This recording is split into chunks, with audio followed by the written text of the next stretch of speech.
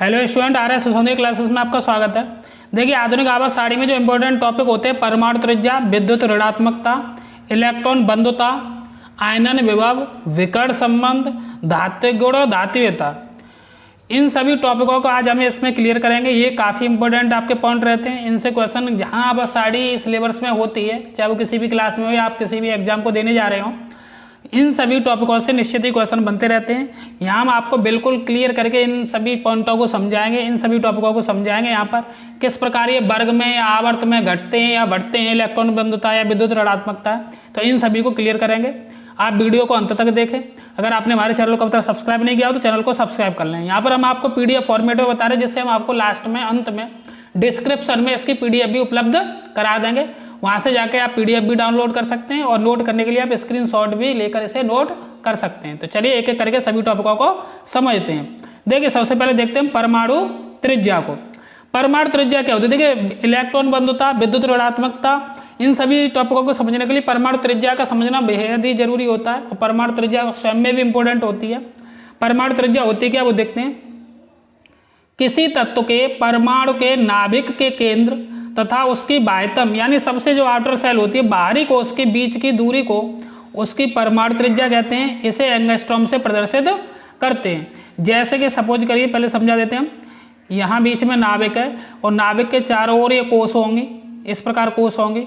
तो सबसे जो आउटर सेल होगी, ठीक है ना, तो आउटर सेल होगी तो क्या होगा कि नाभिक से जो बाहरी सेल है, ये वाली जो डिस्टेंस होगी, इसे हम क्या कहते हैं, परमाणु त्रिज्या कहते हैं। सबसे बाहरी कोश और परमाणु के नाभिक से इनके बीच की जो डिस्टेंस होती है, इसे हम क्या कहते हैं, परमाणु त्रिज्या कहते हैं। और इसे एंगस्ट्रॉम में मापते हैं।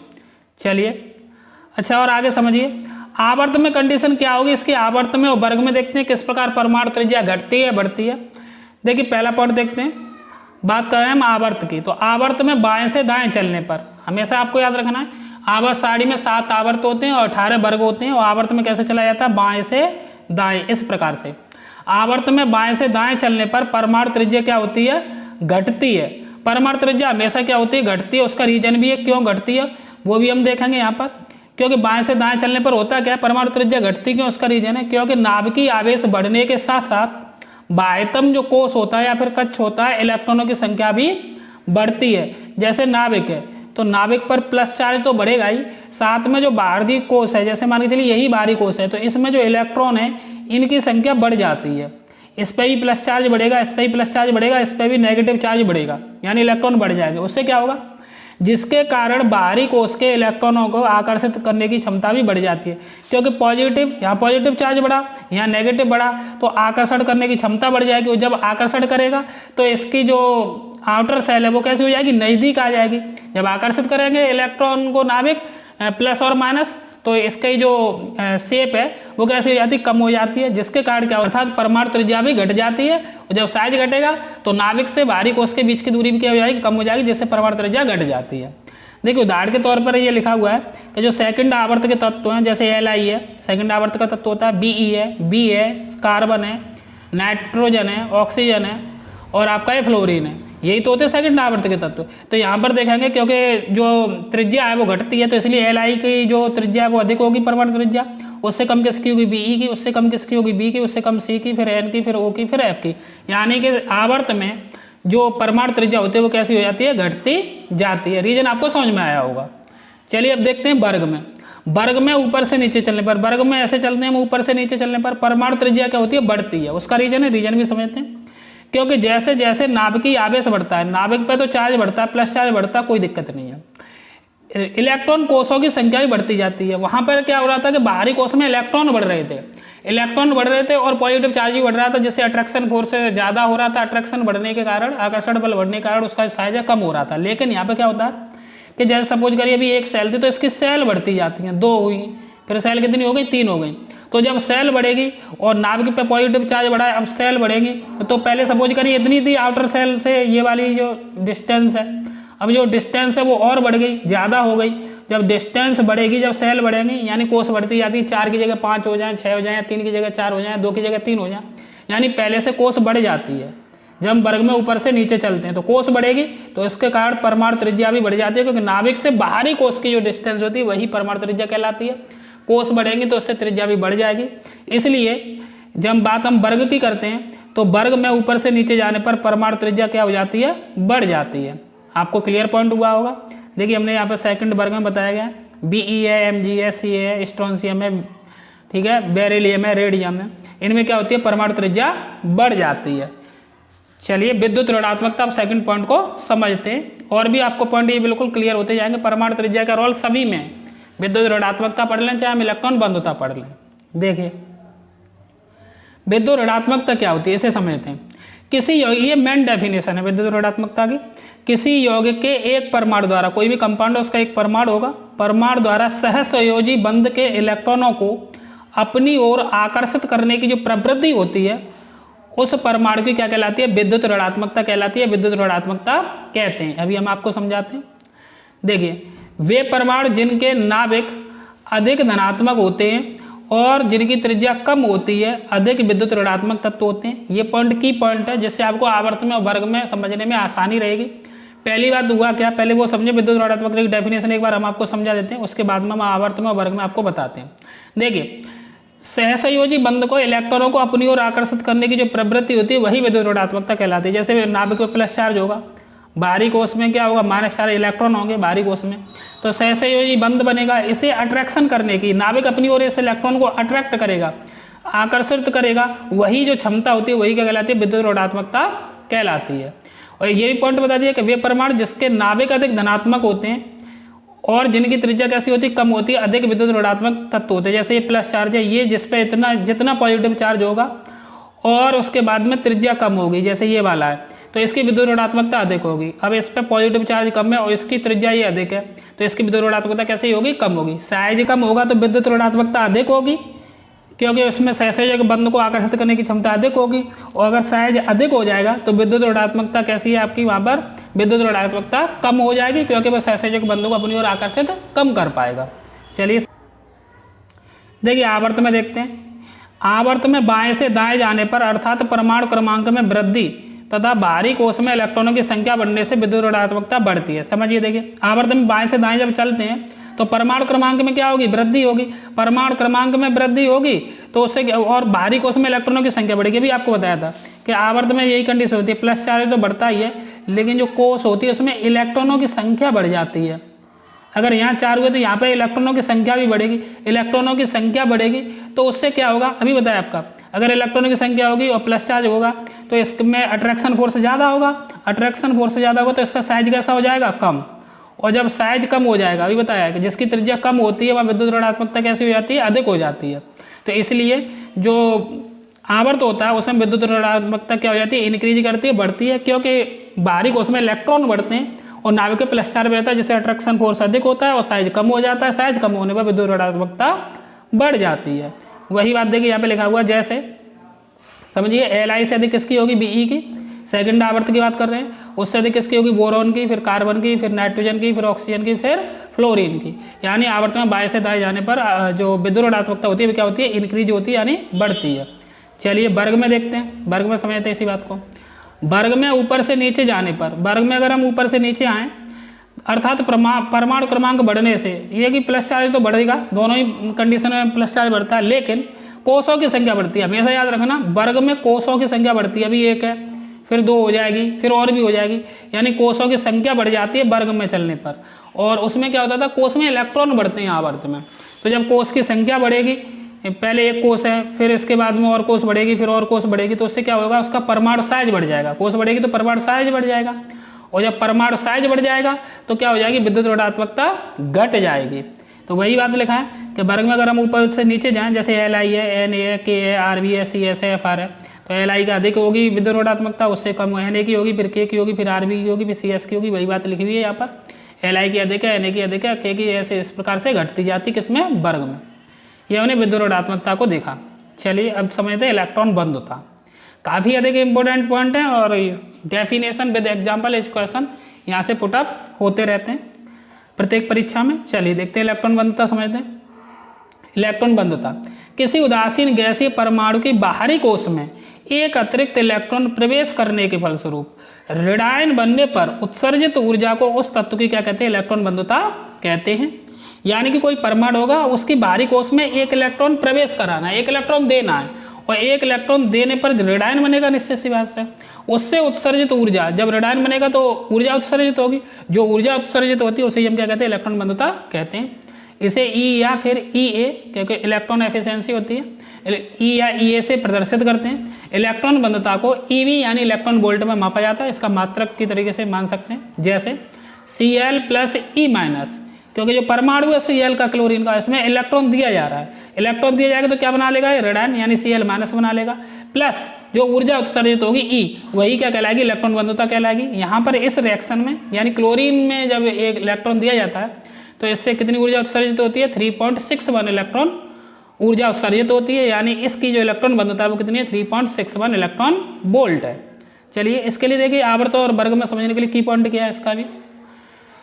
नाभिकीय आकर्षण बल और परमाणु आकार बढ़ने पर इलेक्ट्रॉन बंधुता कम हो जाती है। कहने का मतलब क्या कि नाभिक पे आकर्षण बल बढ़ जाए, प्लस प्लस चार्ज बढ़ जाए, और परमाणु आकार बढ़ने पर, इसमें ही वही परमाणु आकार अगर इंक्रीज हो जाएगा तो इलेक्ट्रॉन बंधुता घट जाएगी। परमाणु आकार किस में बढ़ता है, ध्यान रखना है, परमाणु आकार हमेशा वर्ग में बढ़ता है, क्योंकि वहाँ कोष बढ़ जाती हैं, और आवर्त में परमाणु आकार नहीं बढ़ता है, परमाणु आकार घट जाता है, क्योंकि वहाँ पर कोषों में इलेक्ट्रॉन बढ़ते हैं, जिससे अट्रैक्शन फोर्स अधिक हो जाता है। तो देखते हैं, चलिए देखिए, आवर्त में बाएं से दाएं जाने पर परमाणु क्रमांक में वृद्धि तथा बाहरी कोष में इलेक्ट्रॉनों की संख्या बढ़ने पर परमाणु आकार क्या हो जाता है, घट जाता है, अर्थात इलेक्ट्रॉन बंधुता बढ़ जाती है। हमें पहले बताया कि आवर्त में देखिए, क्योंकि प्लस चार्ज नाभिक पे बढ़ता है और बाहरी कोष में इलेक्ट्रॉन बढ़ते हैं, बाहरी कोष में इलेक्ट्रॉन बढ़ते हैं तो अट्रैक्शन फोर्स अधिक होता है, जिससे साइज क्या हो जाता है, घट जाता है, और अगर साइज घटेगा तो इलेक्ट्रॉन बंधुता बढ़ेगी, निश्चित सी बात है। तो इलेक्ट्रॉन बंधुता क्या जाती है, बढ़ जाती है। जैसे कि थर्ड आवर्त की बात की जाए तो Na से अधिक किसकी होगी, Mg की, फिर Al की, फिर Si की, फिर P की, फिर S की, फिर Cl की। सेकंड आवर्त को भी लिख के दिखा सकते हैं यहाँ पर, ये थर्ड आवर्त में दिखाया गया है। देखिए थर्ड आवर्त में जो इलेक्ट्रॉन बंधुता है वो कैसी हो रही है, यहाँ पर इंक्रीज हो रही है। वर्ग में ऊपर से नीचे आने पर कोष बढ़ने के कारण, कोष बढ़ता है, पता है वर्ग में कोष अधिक होता है, जैसे नाभिक है, फिर कोष होगा तो बढ़ती जाएंगी कोष, जैसे ये हुआ तो कोष बढ़ेगा तो उसका परमाणु त्रिज्या बढ़ेगा, यानी परमाणु आकार उसका बढ़ जाता है। और जब परमाणु आकार बढ़ जाएगा तो हमने पहले देख लिया कि पॉइंट में, जब परमाणु आकार बढ़ता है तो इलेक्ट्रॉन बंधुता क्या हो जाती है, घट जाती है। तो वही लिखा है, वर्ग लिखा जाए कि F है, Cl है, Br है, I है, ये आपका हेलोजन वर्ग के तत्व हैं। तो यहाँ पर देखिए कि जो इलेक्ट्रॉन बंधुता है वो क्या होगी, घट जाएगी। लेकिन यहाँ पर एक एक्सेप्शनल केस के तौर पे होता है, यहाँ पे जो Cl की इलेक्ट्रॉन बंधुता है, इसलिए हमने यहाँ पर दिखा दिया है, Cl की इलेक्ट्रॉन बंधुता सबसे अधिक होती है, ध्यान रखना है। वैसे घटनी चाहिए, F की अधिक होनी चाहिए, C और Cl की कम होनी चाहिए, लेकिन F से अधिक किसकी होती है, Cl की होती है। तो यहाँ पर जो Cl की इलेक्ट्रॉन बंधुता है वो कैसी होती है, सर्वाधिक होती है। अन्य और अदरवाइज वर्ग में ऊपर से नीचे जाने पर, क्योंकि परमाणु आकार बढ़ता है, इसलिए इलेक्ट्रॉन बंधुता क्या होती है, घटती है। देखिए नोट में फर्स्ट पॉइंट देखें, F यानी फ्लोरीन की विद्युत ऋणात्मकता सर्वाधिक होती है, विद्युत ऋणात्मकता सबसे अधिक किसकी होती है, फ्लोरीन की। और Cl यानी क्लोरीन की इलेक्ट्रॉन बंधुता कैसी होती है, सर्वाधिक होती है, ये आपको ध्यान रखना है। अब देखते हैं आयनन विभव। आयनन विभव क्या होता है, किसी तत्व के एक विलग गैसीय परमाणु की अवस्था में, यानी कोई भी तत्व उसका एक परमाणु होगा, परमाणु की अवस्था में उसकी बाहरी कक्षा में यानी बाहरी कोष में एक इलेक्ट्रॉन पृथक करने के लिए, अभी क्या हो रहा था, जो इलेक्ट्रॉन बंधुता थी उसमें एक इलेक्ट्रॉन देना था, और आयनन विभव में क्या होता है, एक इलेक्ट्रॉन निकालना होता है, यानी अलग करना होता है, के लिए जितनी ऊर्जा की आवश्यकता होती है उसे उस तत्व का क्या कहते हैं हम, आयनन विभव या फिर प्रथम आयनन विभव कहते हैं। अगर एक इलेक्ट्रॉन निकाले तो प्रथम आयनन विभव, इसी प्रकार दूसरे तथा तीसरे इलेक्ट्रॉन को बाहर निकालने के लिए प्रयुक्त ऊर्जा को क्या कहते हैं हम, क्रमशः द्वितीय आयनन विभव तथा तृतीय आयनन विभव कहते हैं। पहला इलेक्ट्रॉन निकालोगे तो प्रथम आयनन विभव, और दूसरा निकालोगे तो द्वितीय आयनन विभव, और तीसरा निकालोगे तो तृतीय आयनन विभव। देखिए एक रिएक्शन के थ्रू, एग्जाम्पल के थ्रू हमने यहाँ पे समझाया, M कोई मेटल है, धातु है, और इसमें से देखिए एक इलेक्ट्रॉन निकाला गया M plus plus E minus, ये इलेक्ट्रॉन निकाला जाएगा यहाँ से। तो ये जो I1 जो निकाला जाएगा, तो जितनी ऊर्जा की आवश्यकता होगी, तो जो ऊर्जा की आवश्यकता होगी उसे हम क्या कहेंगे, I1 यानी प्रथम आयनन विभव कहलाएगा। ऐसे ही M प्लस है, एक इलेक्ट्रॉन तो निकल गया, इसमें से दूसरा इलेक्ट्रॉन और निकाला है तो M प्लस प्लस यानी 2 इलेक्ट्रॉन की कमी हो जाएगी, प्लस फिर इलेक्ट्रॉन निकल जाएगा, तो जो एनर्जी की आवश्यकता होगी I2 की वो क्या कहलाएगा, द्वितीय आयनन विभव। ऐसे ही M प्लस प्लस तो है, इसमें से एक इलेक्ट्रॉन और निकल जाएगा, तो प्लस के 3 इलेक्ट्रॉन यानी 3 इलेक्ट्रॉन की कमी हो जाएगी, प्लस का इलेक्ट्रॉन निकल गया, तो जो एनर्जी की आवश्यकता होगी I3 की, उसे हम क्या कहेंगे, तृतीय आयनन विभव कहते हैं। आयनन विभव को इलेक्ट्रॉन वोल्ट से प्रदर्शित करते हैं, इसमें व्यक्त करते हैं। देखिए चलिए इसमें देखते हैं आवर्त में बाएं से दाएं जाने पर परमाणु का आकार कम होने लगता है। बिल्कुल परमाणु का आकार बताया आपको, क्योंकि अट्रैक्शन फोर्स लगता है तो परमाणु का आकार कम होने लगता है, जिसके कारण बाहरी कक्षा से इलेक्ट्रॉन का नाभिक के प्रति आकर्षण बढ़ जाता है। क्योंकि परमाणु आकार कम होगा तो उसमें आकर्षण बल बढ़ेगा, निश्चित सी बात है, जिससे बाहरी कक्षा से इलेक्ट्रॉन अलग करने हेतु आवश्यक ऊर्जा का मान बढ़ जाता है, अतः आयनन विभव भी बढ़ जाता है। देखिए समझिए ये बात को ऐसे समझ सकते हो आप, जैसे ये नाभिक है बाहरी कोश में, क्योंकि यहाँ पे ही प्लस चार्ज बढ़ेगा आवर्त में बाएं से दाने जाने पर, और यहाँ पे इलेक्ट्रॉन भी बढ़ेंगे। पहले 2 इलेक्ट्रॉन तो सपोज करके 4 इलेक्ट्रॉन हो गए, और जब इलेक्ट्रॉन और नाभिक पे भी चार्ज बढ़ा तो अट्रैक्शन फोर्स बढ़ेगा, और जब अट्रैक्शन फोर्स बढ़ेगा तो क्या हो जाएगा, साइज कैसा हो जाएगा, कम हो जाएगा, और जब साइज कम हो जाएगा तो इसकी जो बाहरी वाली कोश है, जो आउटर सेल है, वो नज़दीक आ जाएगी, अट्रैक्शन फोर्स अधिक है, तो इससे इलेक्ट्रॉन निकालना पहले से मुश्किल हो जाएगा, इलेक्ट्रॉन आसानी से नहीं निकलेगा, यानी ऊर्जा की अधिक आवश्यकता होगी इलेक्ट्रॉन निकालने के लिए। अगर ऊर्जा की अधिक आवश्यकता होगी, क्योंकि जितनी ऊर्जा की आवश्यकता होती है इलेक्ट्रॉन निकालने के लिए वही तो होता है आयनन विभव, तो ऊर्जा का अगर मान बढ़ेगा तो इसका मतलब है आयनन विभव का मान भी क्या हो जाएगा, बढ़ जाता है। सेकंड वर्ग में देखते हैं, वर्ग में ऊपर से नीचे जाने पर परमाणु क्रमांक में वृद्धि के साथ परमाणु आकार में वृद्धि होती है, पता ही आपको, क्योंकि यहाँ पर कोष बढ़ती हैं, 3 कोष से तो अब 4 कोष हो गई। जब कोष बढ़ेंगी तो उससे क्या होगा, जब कोष बढ़ेंगे तो साइज बढ़ जाएगा, जैसे नाभिक है कोष बढ़ी तो पहले यहाँ थी कोष, अब ये कोष बढ़ के यहाँ पे होगी आउटर सेल, तो यहाँ पर नाभिक इलेक्ट्रॉन है और यहाँ पे आपका पॉजिटिव चार्ज है, तो अब इलेक्ट्रॉन को निकालना पहले से, क्योंकि यहाँ से निकालना, क्योंकि अट्रैक्शन फोर्स यहाँ ज़्यादा था तो यहाँ से, और जब यहाँ पे पहुँच गई कोष तो जो आकर्षण बल है वो कैसा हो गया, कम, और जब आकर्षण बल कम हो जाएगा तो जो आकर्षण बल कम होने पर हम इससे इलेक्ट्रॉन आसानी से निकाल सकते हैं, क्योंकि यहाँ पे इसका साइज बढ़ गया है, साइज क्या हुआ है, इंक्रीज हो गया है, और अट्रैक्शन फोर्स कम हो गया है, तो यहाँ से इलेक्ट्रॉन आसानी से निकाला जा सकता है, आसानी से निकाला जा सकता है, यानी कम ऊर्जा की आवश्यकता होगी, और जब ऊर्जा की कम की आवश्यकता होगी तो आयनन विभव क्या हो जाएगा, घट जाएगा। बात आपको क्लियर हुई होगी। चलिए देखते हैं विकर्ण संबंध। डायगोनल रिलेशन क्या होता है, द्वितीय आवर्त तथा तृतीय आवर्त के कुछ तत्व विकर्ण में संबंध होता है, इनके कुछ तत्व उनमें क्या संबंध होता है, विकर्ण संबंध होता है, यानी डायगोनल रिलेशन होता है। जैसे वर्ग संख्या बात करें तो द्वितीय और तृतीय आवर्त के तत्व यहीं से तो आते हैं। पहला वर्ग है जैसे Li है, ये द्वितीय आवर्त में आएगा, N है ये तृतीय आवर्त में आएगा। दूसरे वर्ग का Be है वो द्वितीय आवर्त का तत्व होता है, तृतीय आवर्त का Mg होता है। तीसरे वर्ग का जो B है वो द्वितीय आवर्त का होता है और तृतीय आवर्त का Al होता है। चौथे वर्ग का जो C है वो द्वितीय आवर्त का होता है, Si है सिलिकॉन, वो तृतीय आवर्त का होता है। होता क्या है, देखिए जो डायगोनल रिलेशन पाया जाता है, यानी Li का Mg से संबंध है, Be का Al से, B का Si से, यानी ये गुणों में समानता रखते हैं डायगोनल, ये मतलब होता है। यहाँ क्लियर किया गया, इनमें Li के गुण Mg के गुण के समान है, Be के गुण किसके समान होंगे, Al के गुण के समान होंगे, और जो बोरोन है B के गुण किसके समान होंगे, सिलिकॉन यानी Si के गुणों के समान होंगे। तो डायगोनल गुण समान होते हैं, इसे ही हम बोलते हैं विकर्ण संबंध। कौन कौन से, द्वितीय आवर्त और तृतीय आवर्त के कुछ तत्वों में डायगोनल रिलेशन पाया जाता है। चलिए अब देखते हैं धात्विक गुण या धात्विकता, ये क्या होती है। पहले डेफिनेशन समझ लेते हैं, तब हम आपको वर्ग और आवर्त में बताएंगे। वो ऊपर लग गया थोड़ा सा। देखिए धात्विकता की डेफिनेशन समझे पहले। धात्विकता होती क्या है कि धातु वे तत्व होते हैं जो सरलता से धनायन बनाने की प्रवृत्ति रखते हैं, यानी अपने अंदर से इलेक्ट्रॉन त्यागने की प्रवृत्ति रखते हैं। इलेक्ट्रॉन त्यागेंगे तो क्या बन जाएगा, धनायन। जैसे सोडियम धातु है, ये क्या बना देगी, Na+ यानी धनायन बना देगी, एक इलेक्ट्रॉन निकाल देगी। यही क्या कहलाती है, धातुएं कहलाती है। तो धातु वे तत्व होते हैं जो सरलता से धनायन बनाने की प्रवृत्ति रखते हैं, तथा जिनमें कुछ अन्य विशेष गुण पाए जाते हैं। धातु में और भी गुण होंगे कुछ विशेष, कैसे, जैसे कि धातु की चमक पाई जाएगी, तन्यता यानी तानने की क्षमता अधिक होगी, आघात वर्धनीयता यानी आघात वर्धनीयता, उस पर चोट सहन करने की क्षमता अधिक होगी। ऊष्मा तथा विद्युत की कैसी होंगी, ये सुचालक धातुएं होंगी, यानी चालकता प्रदर्शित करेंगी ऊष्मा और इलेक्ट्रिसिटी के लिए। तो इन सभी को क्या कहते हैं हम, धात्विक गुण या फिर धात्विकता कहते हैं। चलिए वर्ग और आवर्त में देख लेते हैं कंडीशन क्या होती है। किसी आवर्त में बाएं से दाएं जाने पर धात्विक लक्षण क्रमशः घटता है। देखा होगा आपने, पहले दूसरे वर्ग के जो तत्व हैं वो प्रबल धातु होते हैं, फिर जैसे जैसे चलते तो धातुओं का गुण घटता जाता है और धातुएं आपके लास्ट में जाके प्राप्त होती जाती है। तो वही बात है, किसी आवर्त में बाएं से दाएं जाने पर धात्विक गुण लक्षण क्रमशः घटता जाता है और अधात्विक लक्षण है वो क्रमशः बढ़ता जाता है। बात करें वर्ग में, तो किसी वर्ग में ऊपर से नीचे जाने पर धात्विक गुण बढ़ता है तथा अधात्विक गुण घटता है। तो आपको ये देखिए क्लियर हुआ होगा। अगर आपको वीडियो अच्छा लगा हो तो वीडियो को अधिक से अधिक लाइक करें तथा अधिक से अधिक शेयर करें तथा हमारे चैनल को सब्सक्राइब कर लें। इस चैनल के माध्यम से आपको जो भी विभिन्न परीक्षाएं हैं तथा class 10th 11th 12th UP board की बेहतरीन रूप से तैयारी कराई जा रही है। धन्यवाद।